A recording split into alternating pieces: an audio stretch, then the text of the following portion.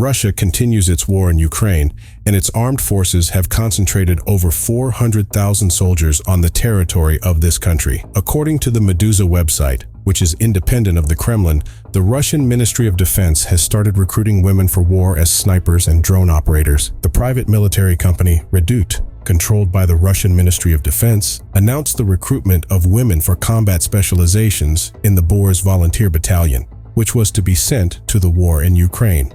Mercenaries are offered a 6-month contract with a salary starting from 220,000 rubles, less than 10,000 zlotys. If candidates do not have the skills to use weapons, they are provided with a month of preparation and training in Donetsk. The recruitment of women to fight in Ukraine shows that Russia is ready for further hostilities. Russia continues its aggression against Ukraine. On the night of October 23, 24, the Russians attacked Ukraine with 6 Shahed drones, but all were destroyed by Ukrainian air defenses. In total, over the past 24 hours, Russia conducted 4 missile attacks and 68 air attacks on Ukraine, and fired 49 multiple lethal missile systems at Ukrainian military positions and populated areas. People died in the attacks. Ukraine's defense forces are conducting an offensive in the Melitopol area, achieving partial successes south of Robotyno. According to the latest data from the General Staff of the Armed Forces of Ukraine, the Russians have lost as many as 12 tanks in the last 24 hours alone. The Russians shelled the Kherson region. On the night of October 23, 24, the Russian occupiers shelled the town of Belozersk in the Kherson Oblast, resulting in the death of a child and the wounding of at least 10 people. Over the last 24 hours, the Russians fired over 100 missiles into the Kherson Oblast. 30 missiles were fired towards the town of Kherson. The Russians also shelled towns in the Kherson Oblast, as a result of which 2 people were killed and 14 were wounded. The Ukrainian army estimates that the Russians are dropping up to 6 air bombs on some villages in the region. As a result of the shelling, several residential buildings and infrastructure were destroyed. This is another act of aggression by Russia against Ukraine. At the same time, Russia continues to rely on specially designated Storm Z units, which have effectively become penal battalions. According to the British Ministry of Defense, Storm Z units were probably first deployed in 2022 and were originally perceived as relatively elite formations that could take the tactical initiative. However, since at least the spring of 2023, Storm Z units effectively became punitive battalions, staffed with convicts and regular army soldiers facing disciplinary charges. Russia likely uses Storm Z units to conduct local offensive operations because they are ready to perform dangerous and difficult tasks. Ukraine achieved an important success in the war against Russia, destroying at least 9 K-52 and Mi-8 helicopters at airfields in occupied Berdyansk and Luhansk.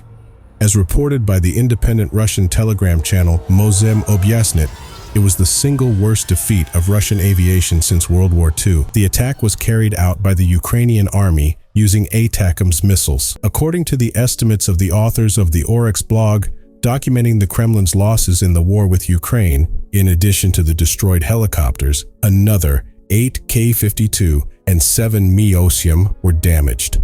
Many of these machines are probably beyond repair. The losses suffered by Russia in this attack are a serious blow to its armed forces. These helicopters are key elements of the Russian army, used to support land operations and attacks on ground targets. The attack on Berdyansk and Luhansk is further proof that Ukraine is able to effectively oppose Russian aggression. The spokesman of the Ukrainian Navy, Captain Dmytro Pletenchuk, during a conversation with the Ukrinform agency, emphasized that the destruction of the Crimean Bridge is not just a symbolic act for Ukraine, but is an integral part of the general plan to liberate the occupied areas of Ukraine. Pletenchuk announced that the bridge will be destroyed when the situation requires it. The spokesman explained that Ukraine does not attach as much importance to symbolism as Russia, and this is beneficial. Since February 24, 2022, the Russians were to lose in Ukraine approximately 295,110 soldiers, 5,105 tanks, 9,609 armored vehicles, 7,081 artillery sets, 828 rocket launchers, 552 anti-aircraft systems, 320 aircraft, 324 helicopters, 5,363 unmanned aerial vehicles, 1,537 cruise missiles, 20 surface vessels, 1 submarine, 9,447 vehicles, including tankers, 1,060 units of special equipment. The ongoing conflict in Ukraine and the inflamed situation at the front are beginning to prompt consideration of the prospects for peace talks, although Ukraine remains cautious on this issue for now. Professor Agnieszka Laguka, an expert in the field of international relations, draws attention to the fact that Ukrainian society has experienced huge losses and sacrificed a lot of blood in the conflict, which influenced its position opposing negotiations with Russia. In his interview, Gerhard Schroeder, former German chancellor, presented 5 conditions that, in his opinion, could lead to an end to the war in Ukraine. And this is Ukraine's renunciation of NATO membership, solving the language problem, including restoring bilingualism, granting Donbas greater autonomy based on the model of South Tyrol, guaranteeing Ukraine's security by the UN Security Council, and Germany the issue of Crimea, which for geopolitical reasons is more complicated. However, the expert emphasizes that the Ukrainian side is far from accepting such conditions and is seeking to push Russian troops out of Ukrainian territory. Ukrainian politicians who seek peace talks risk political isolation. Professor Laguka adds that Ukraine fears that leaving Russian troops in the occupied areas would sooner or later lead to the resumption of military operations. The key issue is support from the West, especially from the United States. If the West, especially the US, continues to support Ukraine, this will influence the development of the situation in the region. However, there is currently no clear signal about the Ukrainian side's readiness to conduct peace talks. 2 men convicted of murdering a woman in 2019 were released and joined the Wagner Group after their participation in the invasion of Ukraine. The men were sentenced to long sentences after the murder of Irina Sinelnikova in 2019. After they were wounded on the Ukrainian front, they received financial payments and were released. Wagner's group, recruiting mercenaries in Russian prisons, promises pardon upon returning from the front. They accept into their ranks those convicted of serious crimes such as murders, rapes, and robberies. The media report that so far there are over 10 known cases of crimes committed by former members of this group after returning from the front. The Kremlin appealed to the media not to publish information about crimes committed by former participants of the invasion of Ukraine, including pardoned prisoners. This is a new attempt to cover up such incidents. Previously, pro-Kremlin and regional media did not hide such cases, but now it seems that the Kremlin is trying to limit the publication of such information. However, news of crimes committed by former soldiers from the invasion of Ukraine continues to reach the public. Intense fighting is ongoing in Avdiivka, located in the Donetsk Oblast in eastern Ukraine, and about 1,000 inhabitants, mostly adults, remain in the town. Deputy Prime Minister of Ukraine, Irina Vereshchuk, called on civilians to immediately evacuate the city for their own safety. The head of the Ministry of Internal Affairs of Ukraine, Ihor Klemenko, announced that an evacuation unit called White Angels has already evacuated several residents from Avdiivka.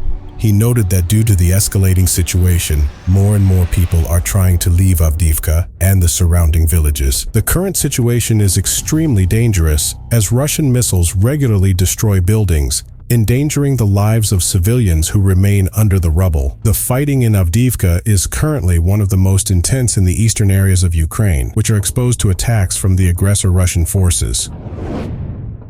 Recent reports of Russian President Vladimir Putin's alleged cardiac arrest have raised doubts and controversy, and the information comes from an anonymous Telegram account called General SVR, which is a known source of juicy, though often unconfirmed, stories about Putin and his entourage.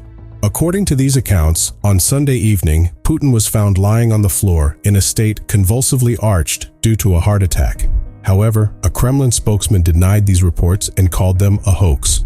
Moreover, talks about the president's doppelgangers were described as frivolous. The general SVR account on the Telegram platform, which is said to be run by former and current members of the Russian Foreign Intelligence Service, SVR, regularly publishes detailed and compelling behind-the-scenes accounts of events in Russia.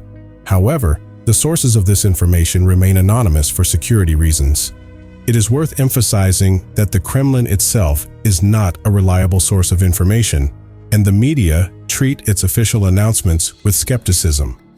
Most reports about Putin's deteriorating health, especially those coming from General SVR, have never been independently confirmed.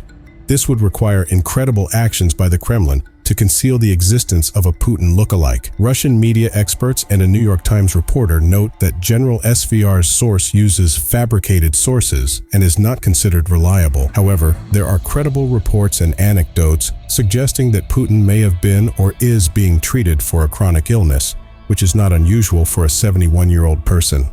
Still, obtaining reliable information from inside the Kremlin is difficult, which means that matters related to Putin's health remain the subject of speculation and controversy.